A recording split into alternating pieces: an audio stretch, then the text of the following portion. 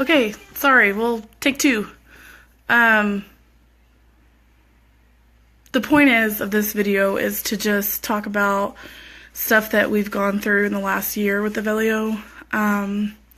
Again, if the video got cut off for some reason, Evelio was diagnosed with autism when he was 2 years old, and he's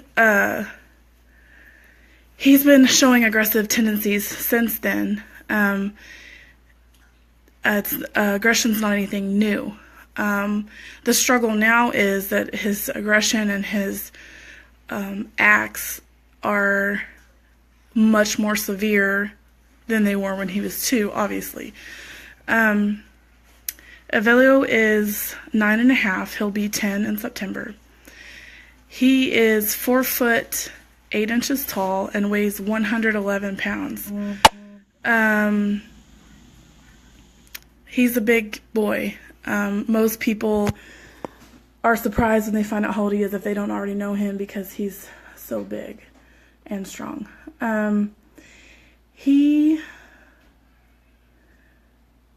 To paint a picture of his autism, for those of you who've never met him and have only seen my post, I am wearing my shirt that says "Proud Mom of an Autistic Son," and it says Team Evelio.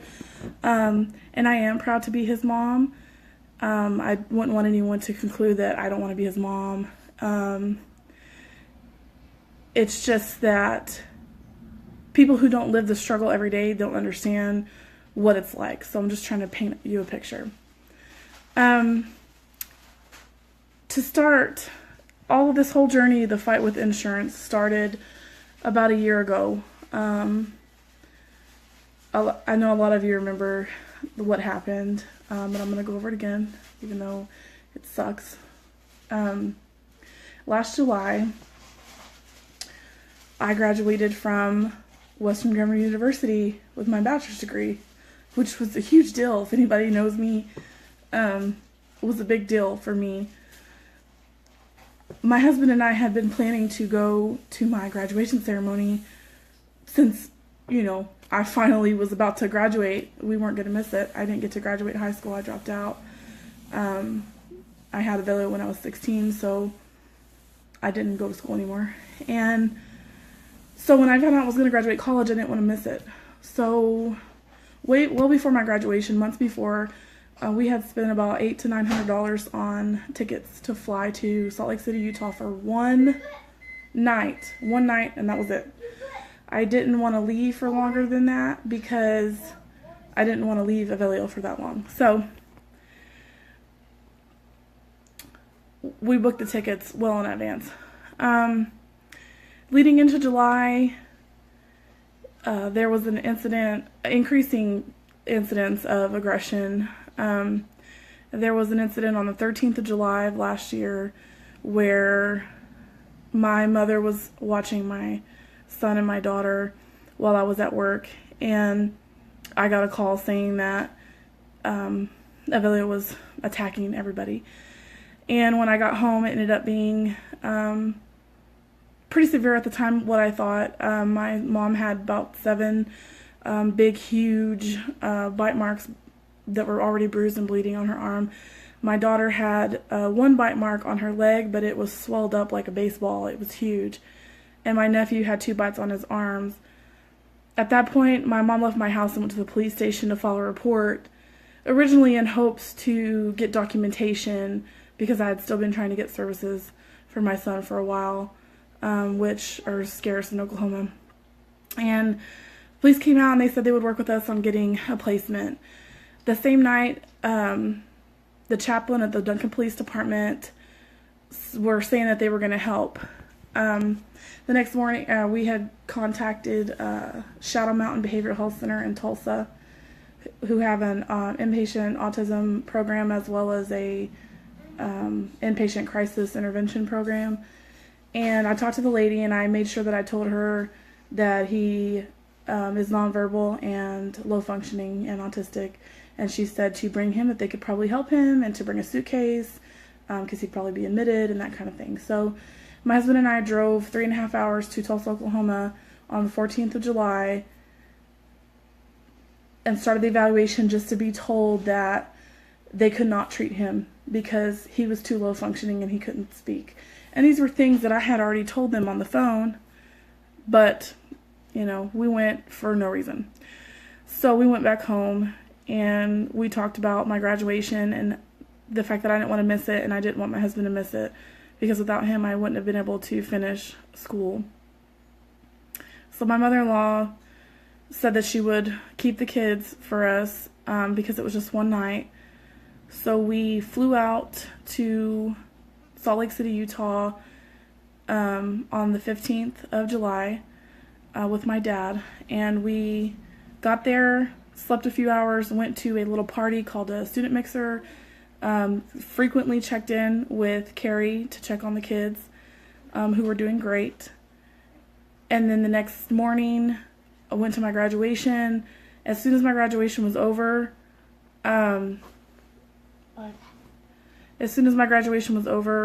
we immediately went to the airport and got on a plane. Now, we flew Southwest, so the flight took a while because we had to stop in Denver for a little bit. Not very long, but 30 minutes or so in between flights. So when we stopped in Denver, I can't exactly remember what time it was, I texted Carrie and I asked how the kids were, and she said they were fine. So we got on the plane, and my husband and I were like celebrating. We were so happy. And meanwhile, something awful was happening at home while we were on that plane. I put my phone on airplane mode, so I didn't get any notifications or anything. We landed in Dallas at about 10 o'clock at night, and as we're coming off the plane, I turned my phone on, and I ended up getting bombarded with messages and Facebook messages, texts, you know, voicemails, and everything, telling me that they had drove past my house and there was police officers and ambulances and stuff, and that something bad had happened. And I had a voicemail from my mother and a voicemail from a social worker through child welfare at DHS. And so I immediately called the hospital, and I found out that my son had attacked my mother-in-law and my daughter. And my mother-in-law had been bit several times, and she was bleeding, but my daughter was way worse. They had already been in the hospital for like 6 hours because they couldn't get a hold of me, but I was on a plane, and they didn't listen when I was trying to tell them that. And the DHS worker was extremely judgmental of me and told me that it was all my fault and all this stuff. But the social worker had made my mother-in-law leave with my daughter before my husband and I could even get there to check on her. And we didn't see her. I didn't see her for another 2 weeks. But she had over 10 huge bleeding bite marks that span from her arms, her legs, her head, her hand. It was just, it kind of looked like she had been attacked by a dog, is what someone else told me, because I didn't even get to see her. And the worst part was, I mean, if it can get any worse, the bottom half of her right ear was completely bitten off, and it was just hanging in tatters. And the police said when they came, they tried to find the piece of ear, but they couldn't, so they concluded that Evelio probably swallowed it or something after he bit it off. And it wasn't just the lobe, it was like this part right here was gone. And Evelio had been sedated that entire time that he was at the hospital with police guards with him. And I begged the doctor to keep him there. I didn't want to take him home. I was scared to take him home. And that doctor refused to keep him. He told me that Evelio was a minor and he wasn't his responsibility, so he wasn't going to keep him. And I was begging him, you know, I said, you wouldn't send a normal person home that was a danger to themselves or others, So why are you sending him home when he's obviously a danger to us and to himself? And the doctor literally said, he's a minor, he's not my responsibility, he's your responsibility. And I said, well, I don't want to discharge. And he said, well, I don't really care, I'm discharging him, and that's it. It doesn't matter. And when I asked him if it was ethical, he said, well, it's not illegal. So that was that, and I had to take him home. And we got home, and he was still pretty doped up on Haldol and Ativan, so he slept right away. In the morning, the 17th of July, my husband and I got up early, and we drove to Oklahoma City to OU Children's Hospital, and I took him in, and I told them I'm not leaving until something's done, because I'm not taking him home. You know, he's unstable. And when I asked DHS to back me up on that, they were like, well, the adult safety in the household is not our concern. It's just the children. And, Ball says hi.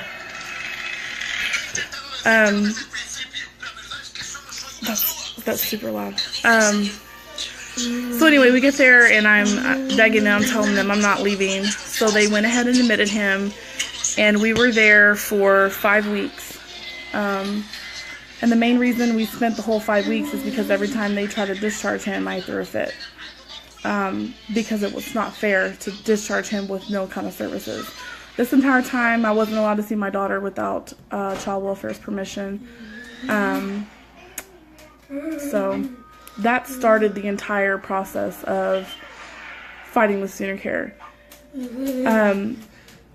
If you guys have known me for a long time, Avelio has been inpatient twice in his life, once when he was 4 and once when he was 6 at a place called Rose Rock Academy in Oklahoma City. And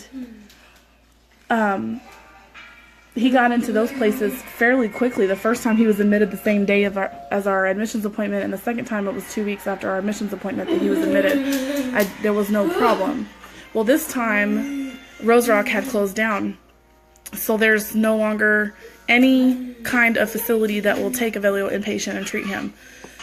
Because either they don't treat autistic children or people, they don't take people who can't speak, and they don't think that people who can't speak or that have low IQs can benefit from their therapies. So that's been our experience. I've called up teen places. A social worker at OU Children's had called 20, 30 places. Duncan Police Department was still trying to get him in places, and there was no places. There was a place in Texas that wanted to take him and evaluate him, but Sooner Care said that they weren't paying for it. And it's around $200,000 a year, $600 a day to get treatment there. So there's no way that I could fund that.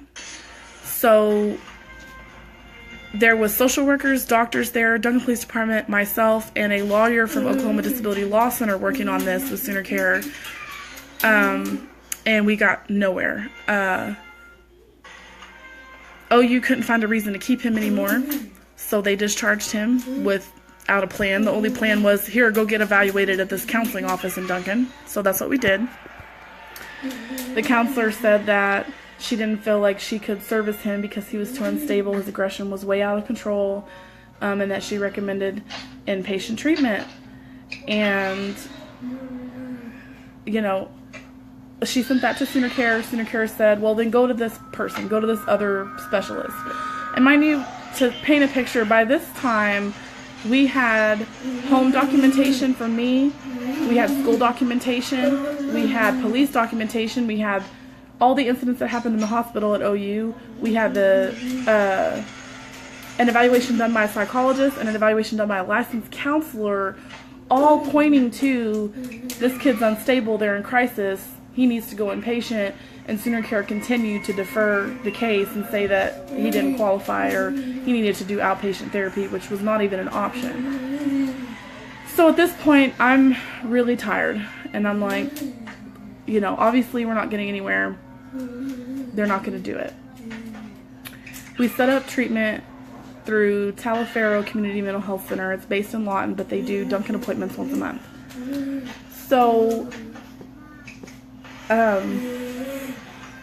so that's what we started. Our daughter came home, and that's what we did.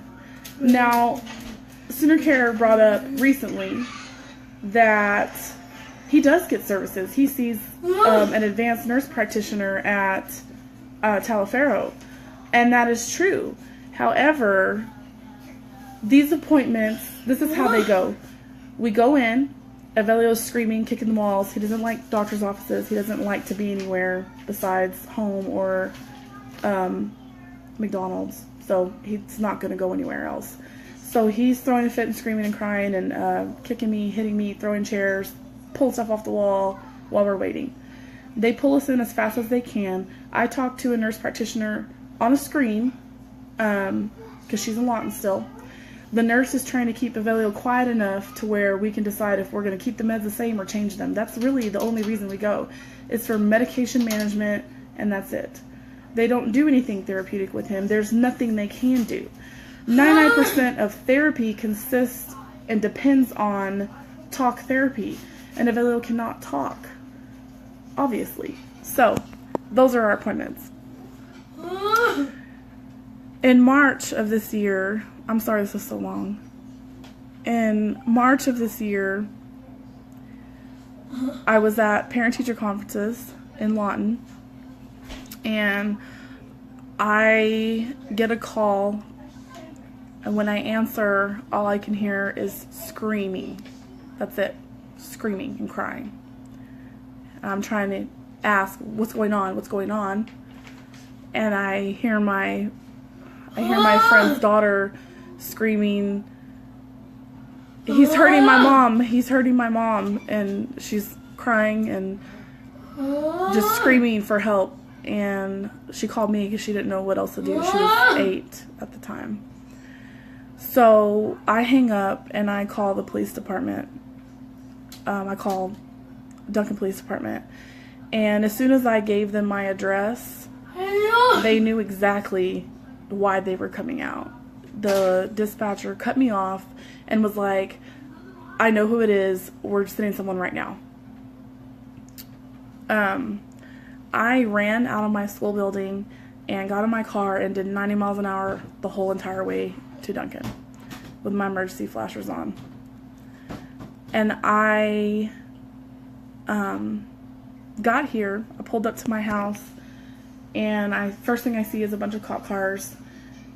Oh, probably not a bunch, but like 2 cop cars in front of the house, and my friend's outside talking to them. And Evelio is laying face down in the driveway on the ground with handcuffs on, and he's screaming and kicking. When he sees me, and he gets up and he starts crying, and he tries to come to me, puts his head on my chest, and the police officer explains that he was put in handcuffs because he attempted to assault the police officer. So they put him in handcuffs to keep him safe, keep the officer safe. I asked the police officer to file a report. My friend did not press charges or anything, but I wanted a report documented because I wanted that documentation because we still needed help. Well, so they take pictures and everything and they leave. And of course, because this happened and it was another violent episode, child welfare was once again involved, and we were investigated for neglect again. And this time, the DHS worker came out, the social worker came out, and she kept telling me not to worry, that she knows I'm not neglecting my son, but it's just protocol, which it probably is. And she came out and visited with me one time. And the thing that I get from all these people who are trying to help is when they can't help, it's just, oh, I'm sorry. And I get to the point where, I can't keep anyone safe. And, I told this DHS worker, I said, I'm this close to signing him into state custody because it's surrendering my rights. because I can't keep him safe. I can't do it, and you guys aren't doing anything to help. And every time something happens and he hurts somebody, I'm investigated like it's my fault. Like I did. Like I'm at fault for it. I'm neglectful. And I'm trying to do everything I can. And this DHS worker, you know, was like, well, we're going to do what we can to get him an inpatient treatment or whatever. So, whatever. I heard from her that one time. Then she put me in touch with an advocate at Sooner Success. Her name's Jessica, and she's been really, really good. Staying on top of people for me, contacting people for me, staying in touch with me is the main thing, because most of the time people who say they're going to help, I hear from them one time and never hear from them again. So thank you to Jessica. And her and I have been working together to try to get services put in place for Avelio. And we are not getting that far. Hold on a second.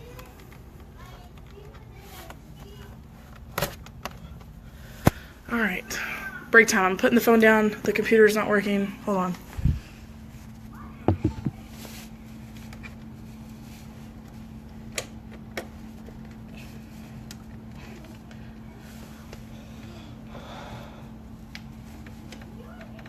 Oh, there it goes. Okay. It's coming on. Okay, sorry. Anyway, so her and I have been working together to try and get him inpatient. She contacted a place in Tennessee who is the parent company of the facility that was in Oklahoma City, and she contacted him and he contacted me, and he's willing to evaluate and take him in, and if we can work out some kind of funding. So then we get hold of Sooner Care again. And every single person we talk to acts like they've never heard of the case before, which is such a crock, because all the other contacts we've had with them have been documented. All the incidents from last year was documented there. I mean, they know. So we finally got through to a guy named Tony Russell, who works in the behavioral health department of Sooner Care. And the first time I talked to him, I was so hopeful, because he actually listened and he asked questions that inpatient facilities ask during admissions appointments. So I was super excited, because I felt like somebody was finally listening and understanding like the gravity of the situation, or whatever. So he said that, you know, he would be getting back to me after we talked. Fast forward like a week, he calls me and says a team of physicians from Sooner Care is going to come down. They're going to call you and they're going to schedule an appointment to come into your home and do an in-home evaluation of your son. And that gave me hope, because I thought they've never offered to do that before. Maybe they're really going to do something. So he said, they'll be calling you. I'm going to be out of the office, blah, blah, blah. Well, 3 weeks later, I still hadn't heard anything. So I called the office again. And he was stuttering over his words, saying that, give me the keyboard, saying that the plans had changed. And I said, what do you mean? And he said that there was going to be a meeting between himself and someone from Department of Developmental Delay Services, it's DDSD for short, and that they were going to collaborate and see what services they could offer. And I was immediately let down, because I thought, what about the in-home evaluation? So I asked him about that, and he said that, hold on. He said that that wasn't going to happen anymore. And I was very upset, because I thought, I've already contacted DDSD before and they didn't offer any services. He gets a family support assistance payment. It's $250 a month. And the only other option is to put him on a waiver list, which is, it's called a community home-based waiver. The waiting list is 11 years, over 11 years now. I mean, crazy long. And I was like, that's all they have. Well, he didn't listen to me, whatever. He's like, we're meeting in the morning. So this was like last Tuesday or something. Wednesday morning, he calls me about 11, and he starts asking me the same exact questions that he asked me like a month before that. And I was like, why? We've already went over this. Like, why are you asking me again? And he said that he was fact checking. So the only thing they decided in that meeting was question the mom again to see if her answers changed, pretty much, making sure that I still had the same facts. So I was very upset about that too. I said, so you're wasting time, you know, whatever. And he said the goal of that meeting was to determine if Avelio's problems were stemming from mental illness or from developmental delay. And so that's where the funds would come from. It was all about funding, where are we going to get funding from? And he didn't explain any further than that. And I was like, okay, fine. I said, well, when are you guys meeting again? And he said he didn't know. I said, well, can you call me next week, next Wednesday, and let me know what's decided, whether you've decided or not, give me an update on your progress. And he said, okay. Well, Wednesday came and went, and I didn't get a call. So yesterday I called, and there was no answer. I left a voicemail. Today again I called. There was no answer. I left a voicemail. He called me about 11 o'clock this morning, and he said that it had been decided that Sooner Care was not the proper entity. I posted this on a status earlier. Not the proper place to seek funding. And that confused me because I thought, well, what? You know? And he said basically they determined that his behavior was in fact not due to mental illness. It was due to developmental delay. Therefore, Sooner Care doesn't have to treat it or something. They don't have to cover treatment for it because the only thing Medicaid will cover is behavior health that stems from mental illness. So basically they found a loophole to where they don't even have to consider treating him because they decided it's developmental, it's not mental illness. Which is insane to me. I feel like it probably does have something to do with him being delayed and not being able to speak and blah, blah, blah. But he's also diagnosed with a mental illness called disruptive mood dysregulation disorder, which is like bipolar, which is a mental illness. So technically, it's kind of both.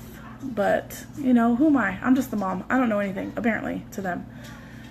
So he tells me that I need to put Avelio on this 11-plus year waiting list. And then after he's on the list, call them and see if they will evaluate and help him. That's their plan. So that's our struggle. And it might not seem that bad to just hear me say it, but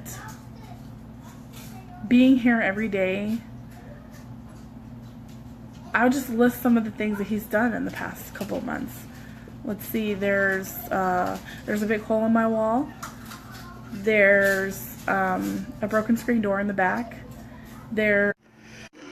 Okay, sorry, my internet is messing up. So, okay, there's the holes in the walls. Am I back, Trisha? Can you hear me? Can anyone hear me?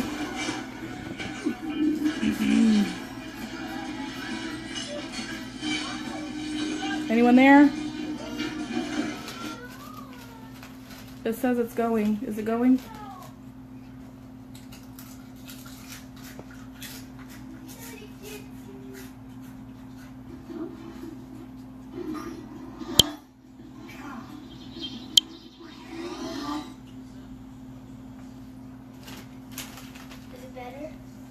Well, I don't know.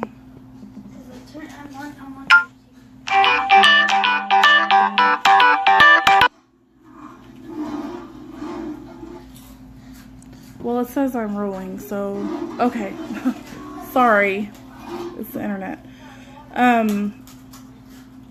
Anyway, where was I? Oh, I was talking about, okay. Sorry, this is so long. It's like been inside for a long time. Okay, it may not sound like that big of a deal, because I haven't really talked about a lot of stuff that he does publicly on my Facebook. I do post some stuff, but it's like half of what goes on. So I have a hole in my wall that he kicked in. I have a broken screen door in the back, on the back door. The metal part, not just the screen, like the metal at the bottom. He kicked it in. I have had numerous broken glass in my house, furniture tipped over, stuff thrown across the room. He kicked the windshield out of my car, which I posted about. And he, it kind of feels like you're walking in a minefield, because you don't even have to be talking to him. If your voice sounds a certain way, he'll just come out of his room and start hitting. And the worst part of all of this is that my daughter is so affected by everything still. When she first came home, she was extremely, like, set off at the drop of a hat. He could just look at her and she would go into like hysterics and shake and scream and want to leave. Obviously, because she was so traumatized by it.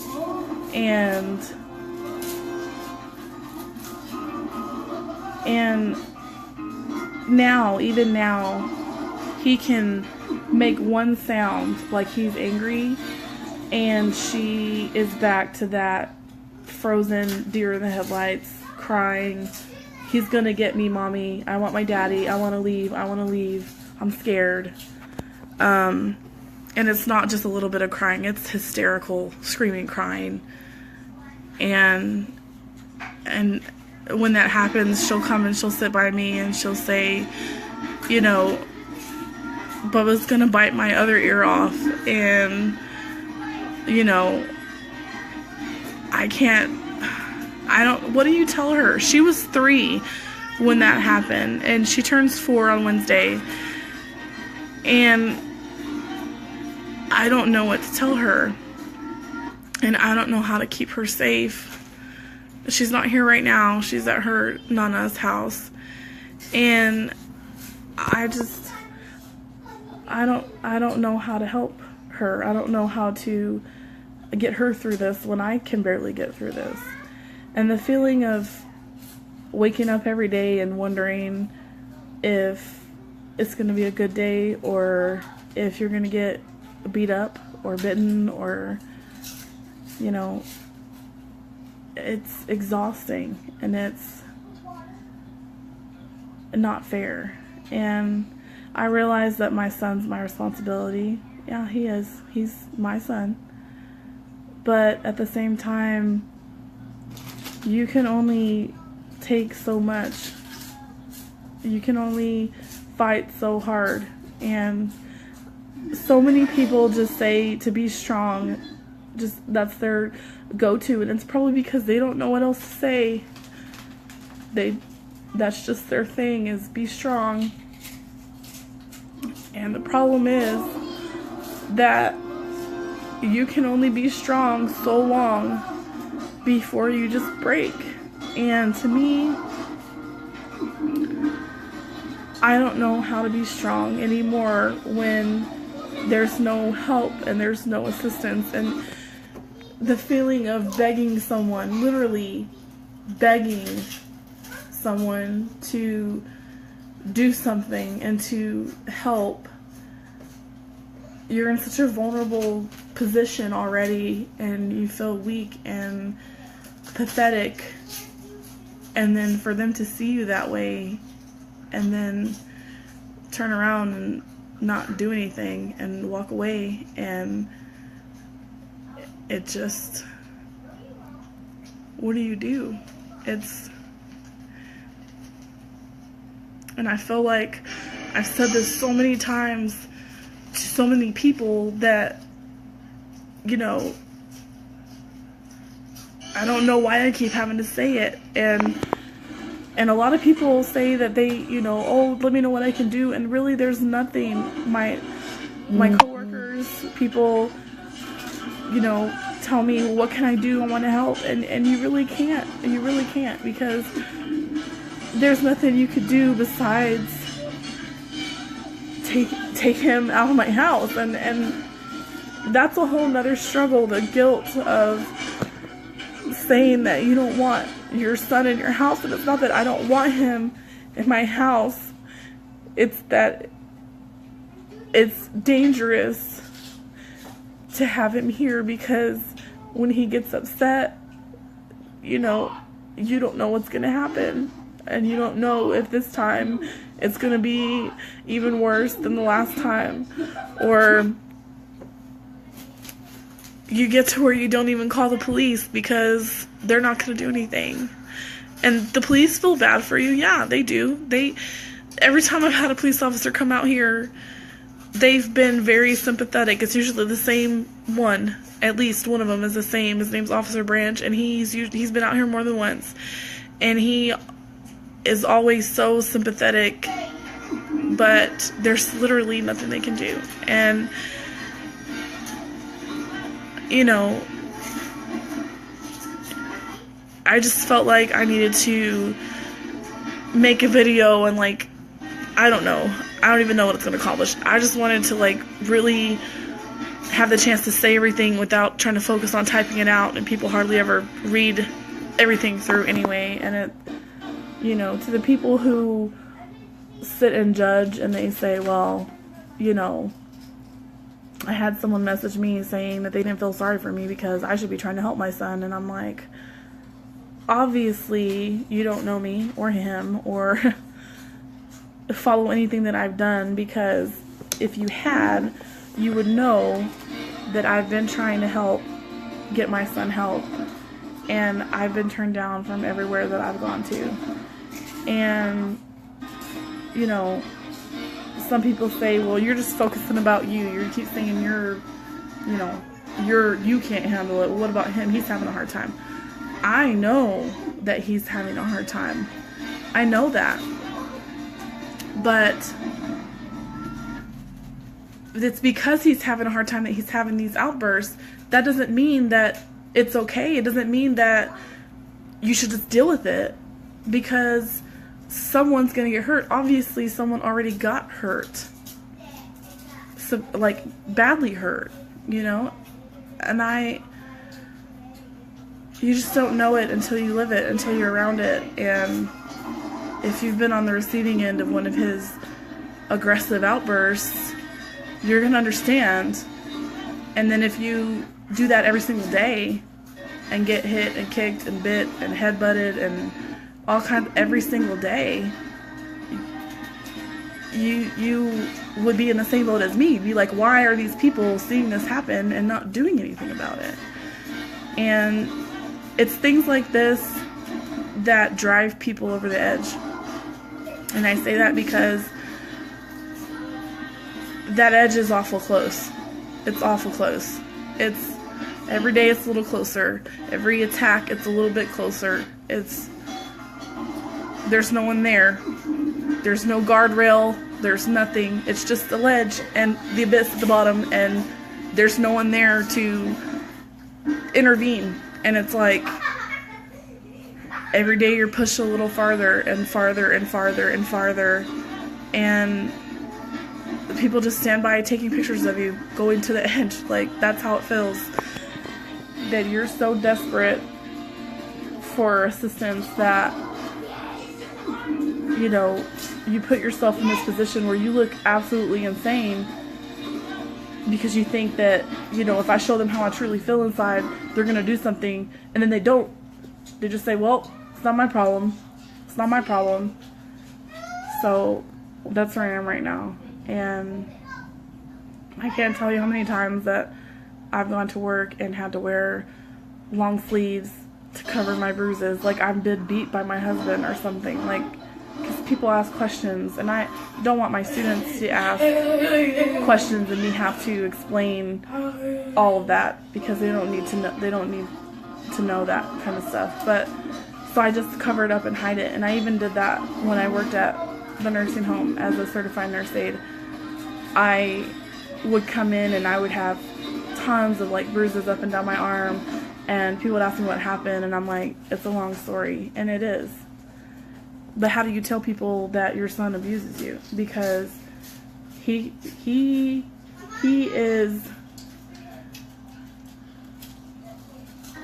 impulsive and he can't control himself. Do I think he's a villain? Absolutely not. No, I don't. But that doesn't mean that I should have to sit here and be beaten up. And often I'm my daughter's shield, and I'll just get in front of her and he'll be biting. I have scars from him biting me. I have scars from him scratching me. And I just put myself in between, and I take it all because I want to save her. And the bad thing is the whole thing, she tells me, Mama, you know, Mama, come here, Mama, I'm going to hold you. Don't be scared, Mama. And it's just, it's horrible. It's horrible. And you don't know what to do. And people don't understand. And you put on this brave face. I say I put on this brave face, and I have people tell me at school that they had no idea of how it is. And it's because you just learn to hide it, because that's all you can do. Because if you face it every day, you're just going to lose your mind. And I've just tried to learn how to lock some of that down. But when you get your hopes up, thinking finally they're going to listen and they're going to help, and then they don't, it's like the feeling is the worst feeling in the world. It's the worst feeling when you're in this position and you think that you're about to get out of it and he's going to get help and things are going to be better, and then someone says, well, sorry, it's not my problem, so call them and good luck with that. It's like, it's just devastating. So I'm going to end this video because I'm rambling now and it's really, really long. And I want to thank you guys for sitting here and listening to me ramble and talk about this whole situation. I don't know if I feel better, but I did want to put it out there and hope that someone gets it. So thank you all for listening, and maybe we'll get somewhere.